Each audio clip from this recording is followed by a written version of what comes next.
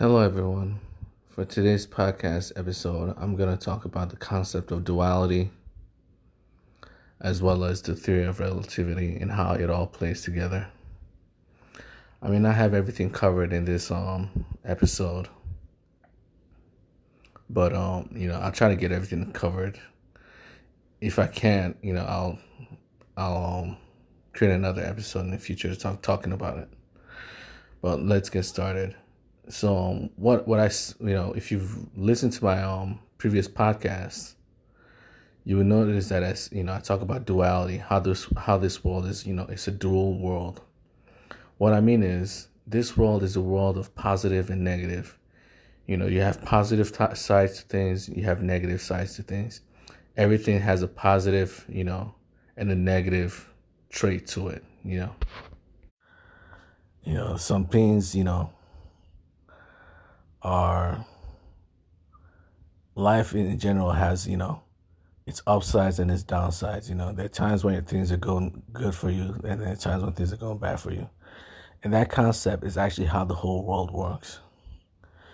The world itself works on duality. There will always be a positive side and a negative side. There will always be a left and a right. And for this world to exist, both sides have to be there. For this world to exist, right? For existence to exist, there has to be a reference point to non-existence.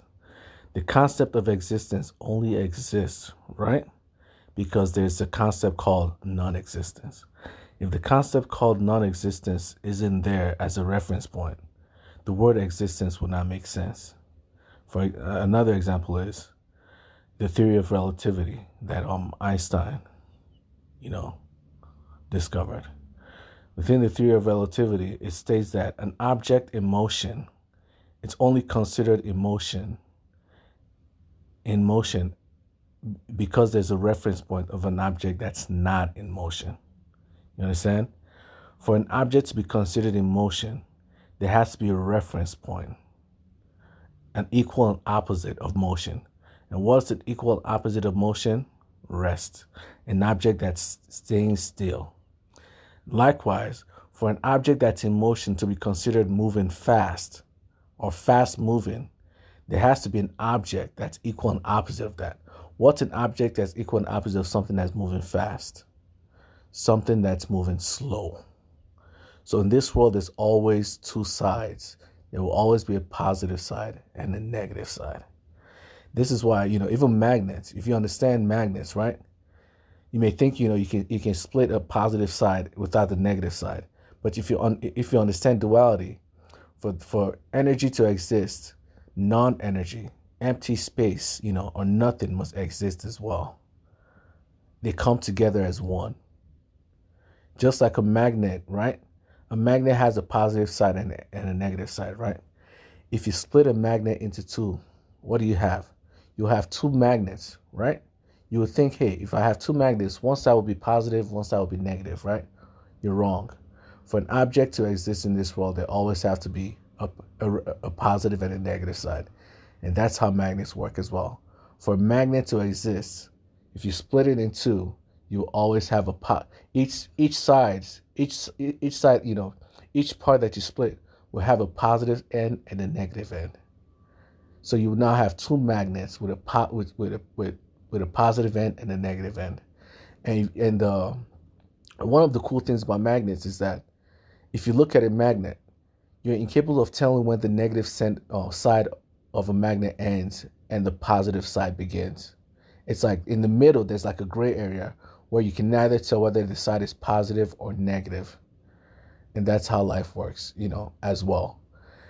As humans, humans we're either male or female. Most animals either have a male side or a female side. And the animals that do not have a male side or female side, the ones that are hermaphrodites, or those unicellular organisms, do you know why they can reproduce? Because they have both the male side and the female side, hidden within them.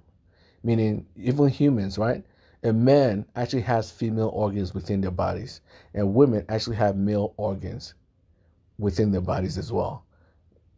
So even within a man, there's a part of him that's female, and within a woman, there's a part of her that's male. Just like in a magnet, no matter how much you cut a magnet into two, you will always have a part that's male and a part that's female.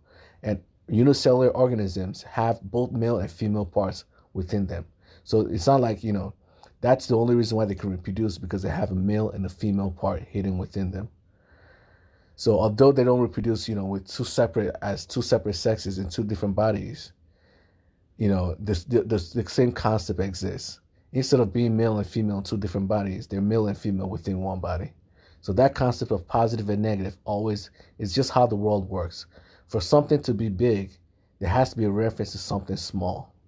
For nothing to exist, something must exist. You understand?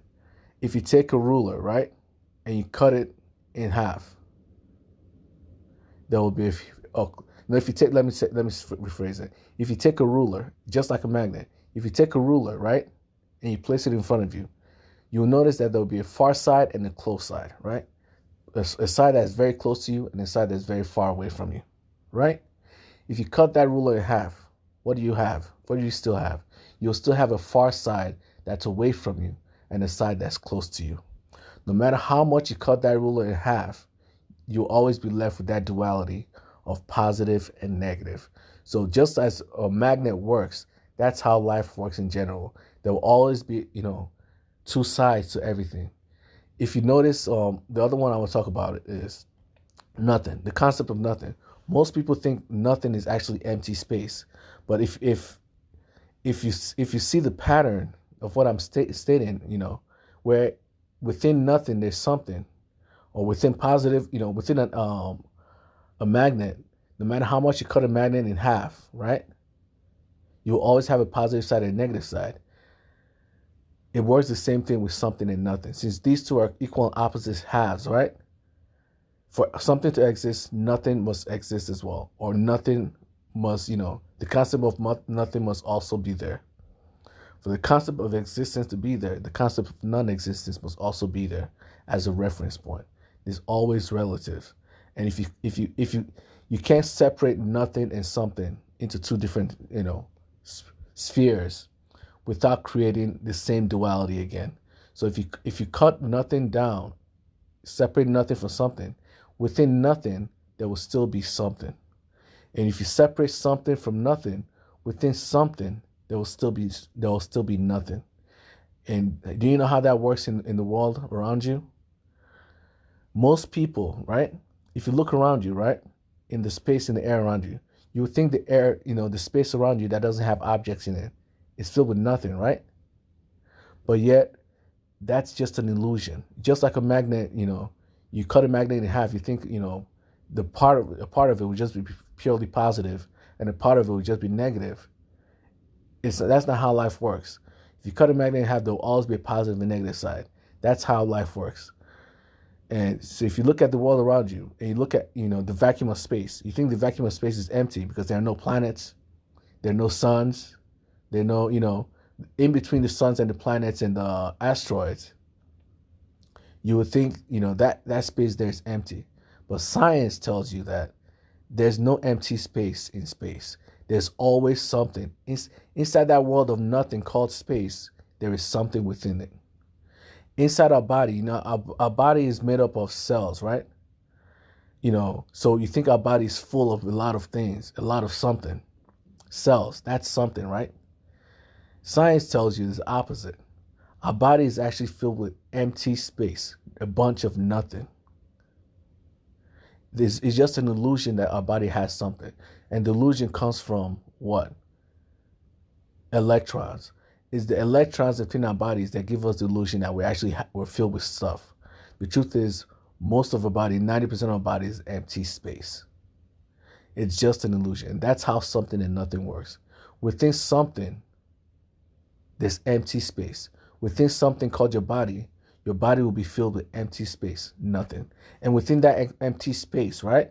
If you zoom into that empty space that we think is empty, you will see tiny, tiny little particles called atoms, right? If you zoom into that atom, you'll find what? that atom is composed of empty space as well. And within those empty space are other particles called protons, neutrons, and electrons. And if you zoom into those protons, neutrons, and electrons, what do you think is in between those protons, neutrons, and electrons? Empty space. So you can never separate nothing from something. Within nothing, there will always be something. And within something, there will always be nothing. These two concepts must exist. They exist simultaneously together. Like far and close exist together. Like before and after exist together. Like, space and time exist together. Like the beginning and the end exist together. Like Democrats and Republicans exist together. Like the left side and the right side exist together. Like up and down exist together. This is how the world works. And, you know, that's where, in the Bible, when God says, I create both good and evil, most people think, why would God create evil? Why would God go out of his way to create evil? Doesn't that mean God's, the one creating the problems for us? You're wrong. For good to exist, there has to be a reference point. And that reference point is evil. So for evil to exist, the reference point good must also exist. So these two things, are positive and negative side of the same coin. The upside, a coin, no matter how much you cut a coin in half, right? You split it right in the middle. You always have two sides. The coin that has two sides, you split it in right in the middle. You slice it, horizontally right in the middle. What do you have with that coin? You'll always have two sides. No matter how much you split that coin, there will always be two sides. That's how positive and negative work. That's how good and evil work. God, created this world of good and evil, and you are placed in the middle. You can either you can either gravitate towards the evil side, or you can gravitate towards the good side. And your choices in life determine where you go after you die.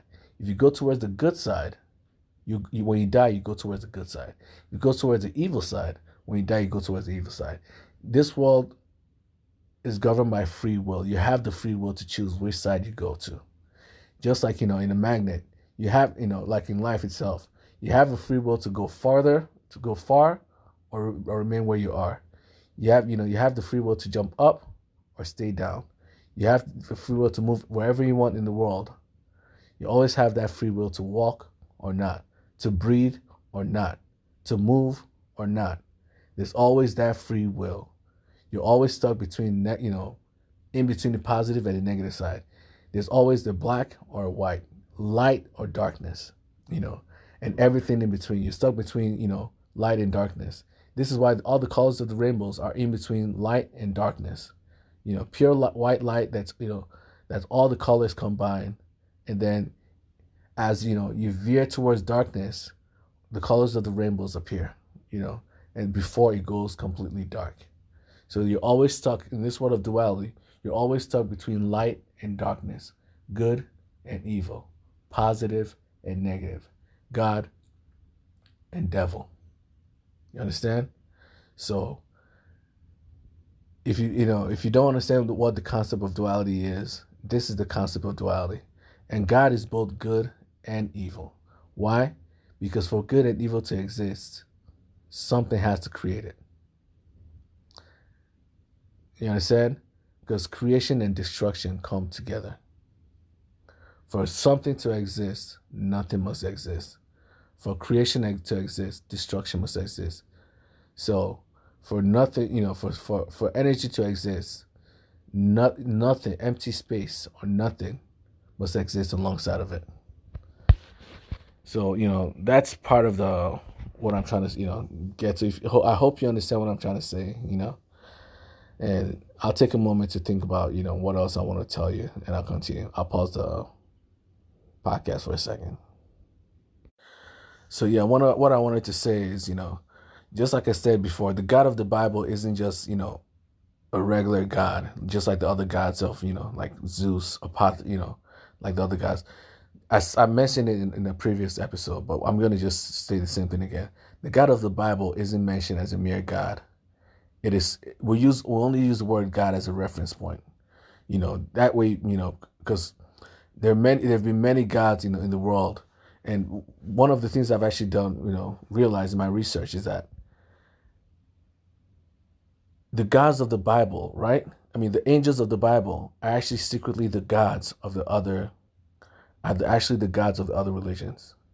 You may not believe this, but I did, like, I feel like a few years ago, I did a research where I traced back all the gods, right?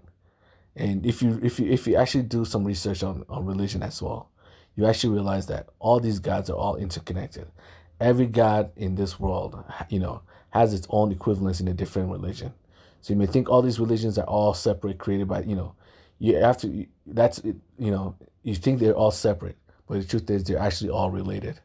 You may not believe it, but this world that's filled with so much, chaos. You may think order doesn't exist, but for order, for chaos to exist, there has to be order. So within this chaotic world that you feel like all these religions are all random, there's actually order. There's a method to this madness. There's actually a hidden, link between all the religions. Just like there's a hidden link between all languages. You may think all languages are all, people just create languages by themselves. You don't know how this world works. There are no coincidences in this world. Even random chance isn't random. Within order, there's chaos. And within chaos, there's order. So within random chance, there's order. There's calculations, there are theories, there's logic. Within this world that you think is illogical and mindless, there's a logic. There's a logic to this world, because this world is all logic, positive and negative, logical and illogical. So within this logical world, there's some level of illogicalness to it. And within the level of illogicalness, there's also logic hidden within. You can never separate the two. They all come together as one. And that's why, when people see God, they think God as Zeus and this. But the truth is, Zeus, Apophis, and all these other creatures are actually the angels of the Bible. That's why the word angel has the word El in it, that symbolizes God. The angels of the Bible are the creations of God, of Yahweh, the God of the Bible. But the reason why they use God in the Bible is because there's no reference point to Yahweh. There's no reference point, something that exists beyond yes and no, something that exists beyond positive and negative, something that exists beyond God and devil, something that can create this world has to exist beyond God and devil. That has to exist beyond the world of duality. Since there's no concept of something, since we live in a world of duality, right? Positive and negative, we're incapable of seeing a world that doesn't, we're capable of seeing a being that's beyond the level of positive and negative. For example, a circle is round, right? A circle has infinite sides and it's round, right? But because a circle has infinite sides, when you stand on the circle and you walk forward, you would think it's a flat line. And that's without a reference point of something like, like other planets, right? Or the reference point like trees and grasses. If the earth is just a flat, if the earth is just a flat surface, right? Without trees, without planets, without all that, without other planets, as reference points, and without mountains and trees and all that. If the earth is just a flat disc, and you walk on it, you would think this whole earth was a flat line, a flat, long line, an infinite line. You would be incapable of realizing this long, infinite line isn't infinite. It's actually a circle. But because the circle has infinite sides, you automatically assume when you walk on Earth that the Earth is flat. That's why there's so many flat earthers, because they're incapable of realizing that, because this circle the Earth is such a large circle that it appears as if it's a flat line from their point of view. And that's the problem with God, is that because God is the concept of God is such so large, the concept of something that's infinite, something that's even larger, or beyond the level of infinity, it's such a large concept that we're incapable of realizing that there's something like that exists.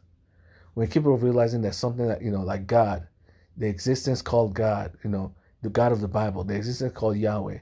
We're incapable of realizing that it exists because we're like flat earthers. The earth is so large that we're incapable of realizing this large earth isn't flat, isn't a long line, a flat long line, but a circle. Because when people realizing that it's a circle, there's so many flat earthers out there that would deny to this day that the earth is round. And that just like there's so many um, atheists out there that would deny to this day that there's something beyond this world that's capable of creating it. They're incapable of realizing there's something beyond their world. There's something beyond the concept of good and bad. There's something beyond the concept of yes and no. There's something beyond the concept of God and devil. There's something beyond the concept of before and after. There's something beyond the concept of beginning and end, creation and destruction. There's something beyond all that. There's a different logic beyond the logic of our world that governs our world. There's a greater intelligence that governs our world that we're incapable. Because it's so large, we think it doesn't exist, and that's exactly what duality is. Because when something becomes so large, we're incapable of realizing that it exists. Likewise, when something is too small, we automatically assume it doesn't exist as well, and that's part of the duality. Our mind is incapable of thinking outside of duality. Because our mind is incapable of thinking outside of duality, we're stuck. Our viewpoint is stuck. There's a limit to what we can think. There's a limit to what we can do. We're incapable of realizing that something large exists. If it's too large, it becomes non-existence. If it's too small, it becomes non-existence. Many people deny to this day that atoms do not exist. Why? Because they're too small. Many people will deny to this day that planets do not exist. Why? Because the earth is too large. They're incapable of realizing that because the earth is so big, it doesn't cross their mind that they're living on the planet. Other planets, the other planets like Saturn, Mars, these are planets. Earth is not a planet. Earth is something else. Why? Because when you look at Earth, Earth is so large. But when they look at Mars, Mars is so small. Then look at Mars on the telescope. That thing is so tiny. It's so tiny. The planets are tiny and Earth is big, so Earth is not a planet. That's their mindset. And the reason why they have that mindset is because they're stuck in the world of duality. They can't think outside of the world of duality. So to them, something as large as God, something as large as Yahweh can't exist because it's too large. Their mind is incapable of, realizing there's something larger than them. Just like, you think that's a lie, but think about it. Do you know your cells in your body, they're individual organisms with their own lives. They live their own lives and die. These cells in your body live their own lives and die, right? But yet your body functions as one piece, right? Your body, you can't even sense your organs. You can't even sense the cells in your body. You think your body is just one giant organism, right? You're wrong. It's made out of tiny little, just like the concept of duality, within one, there's many. Between 0 and 1, there's an infinite number of points. Yes, it's math. Between 0 and 1, there's an infinite number of points. Between 1 and 2, there's an infinite number of points. So between numbers, there's infinity. And then between 0 to infinity, there's an infinite number of points. So that's how life works. In your body, there's a large number of cells. And within these cells, there's, there are other organs within them. Just like the human body has organs, your cells have organs. And just like your cells have organs, the organs within your cell has their own little organs. And just like those organs have organs, the organs within those organs have organs that dictate how they behave. So life just goes on infinitely low, infinitely small to infinitely large. It's like an endless repetition, an endless fractal. Your body, each individual cell in your body, if someone comes to the cell, one of your cells, right, and tells them that they're part of a larger body, do you think those cells will believe him? Do you think if you take an individual cell, you can communicate with it, right? An individual human cell, and you can communicate with it, and you tell it, hey, do you know you're actually part of a larger, massive, intelligent being? Would they believe you? Do you think these cells are capable of understanding that something so large can also be intelligent just like they are? And that's the level of science that we have right now, because we're stuck between duality. When something becomes so large, the things that are small are incapable of realizing that it exists. It becomes non-existent in their eyes, and that's the problem with God. God is so large. Yahweh is so large that we tiny little bodies, because Yahweh is omnipresent. That's the definition of large. Being omnipresent means it's everything, and it's also nothing. Being everything, right? Being everything, us tiny little humans within it are incapable of realizing that there's actually a larger intelligent life. There's a larger intelligent being. We're inside the body of a larger intelligent being, because our mind is governed by duality. When something is too large, it becomes small and worthless. When something is too large, it becomes nothing. And that's the problem. When your cells, if you tell a cell in the human body that is, it's inside a giant being, it'll laugh you. It will laugh at you. Such a being does not exist. Such an intelligent being does not exist. We are the only source of intelligence in this world. Something like the human body does not exist. They only know themselves. They're only capable of, interacting with other cells. The beings in their world is tiny, but to us they're tiny, but to them they're big. They're large. From their point of view, we're too large to make sense. Because we're too large, we don't exist. All the cells in your body behave as if, like we humans behave. We move around, live our lives without the slightest care in the world that the entire universe, the entire multiverse, this entire world that we live in is one massive intelligent being. We're incapable of realizing that, because when something is too big, it becomes non-existent. It no longer exists in our eyes.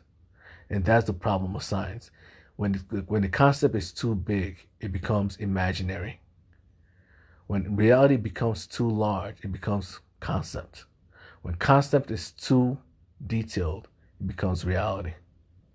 When concept is, it's broken down perfectly, it becomes reality.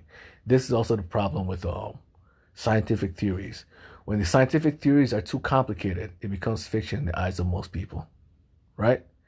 If Einstein, someone comes up with a theory that's highly complicated, right? Like theory of relativity, Einstein's, all these theories of gravity and all that. You know what? Do you know why do you know the reason why most people do not accept all these new theories, scientific theories, is because when the concept is too large, when something becomes too detailed, it becomes fiction in their eyes.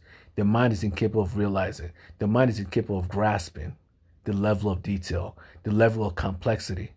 Because they're incapable of grasping the level of complexity, they automatically assume it's fiction. The only time they believe it's real if it's simple, simple things like, hey, the apple falls, gravity exists. If you tell them in simple layman terms, they can easily understand you.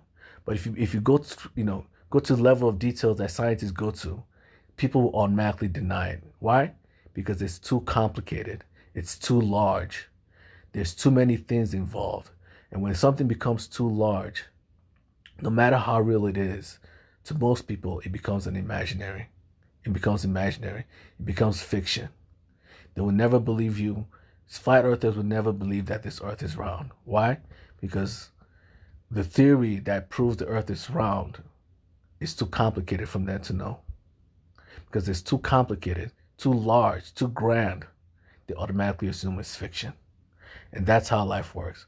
We live in a world where we're incapable of seeing something beyond it. Because we're capable of seeing something beyond it, we automatically assume it's nothing. There's nothing beyond it. Our world our world is the only thing that exists. There's nothing beyond it. Because when the world is too large, it no longer exists in people's eyes. That's why there's many people who do not even believe the world, is real, because the world is too large. When something is too far away, it no longer exists in people's eyes either. You know, when something is too far away, it no longer exists. When something is very close, it exists. When something is too small, it no longer exists. When something is too big, it also no longer exists in people's eyes. So we're always stuck in the world of duality. Because we're stuck in the world of duality, Yahweh that's something that's beyond our level of understanding, will never exist. And that's why he exists. You understand? Because Yahweh is so large, it fades into non-existence. So Yahweh is both existence and non-existent at the same time. So, that's, I'm giving you something to think about, but that's it for today's podcast episode. If I think of anything more, you know, I'll try to tell you guys about it. But that's the best I can do to explain, what duality is. If you truly understand it, that's pretty good. But if you don't, this is the best I can do for you. If this is why God, created this whole. You say why did God strike down, the Tower of Babel and bring confusion to the world? Because the more you know, the less you understand, and that's how life works. Sometimes it's better to not know as much as you think. Sometimes there's a reason why scientists sometimes end up are being called mad scientists. Because when you learn too much, you start to go crazy. When you know too much, bad things start happening. So, being a wise God, it knows when you're going too far, and when it knows when you're going too far, you'll come and separate. You'll come and make sure things go back to normal. So, to heed the warning. If things are too complicated already for you, it means this isn't for you. It's best, life is still good as it is. As long as you know to be a good person, that's all you need to know. Do not make things too complicated for you. When things become too complicated for you, that's when you start making, easy mistakes. That's when the world just becomes a crazy world where, you're incapable of understanding anything. There's only so much, the mind can understand. When it goes too far, you start thinking the world doesn't exist, the world is a myth, you start becoming a flat earther. You start becoming more crazy as time goes on. You become a mad scientist, a mad lunatic who's incapable of differentiating between right and wrong, left and right, before and after, good and bad, fact or fiction. You'll no longer be able to differentiate between fact or fiction. So, no one's forcing you to learn everything in the world. You don't have to, Only learn what you're capable of learning. If you force yourself, you may end up causing more harm to your mind than you can possibly imagine. So that's it for today's podcast episode. I'll talk to you guys later.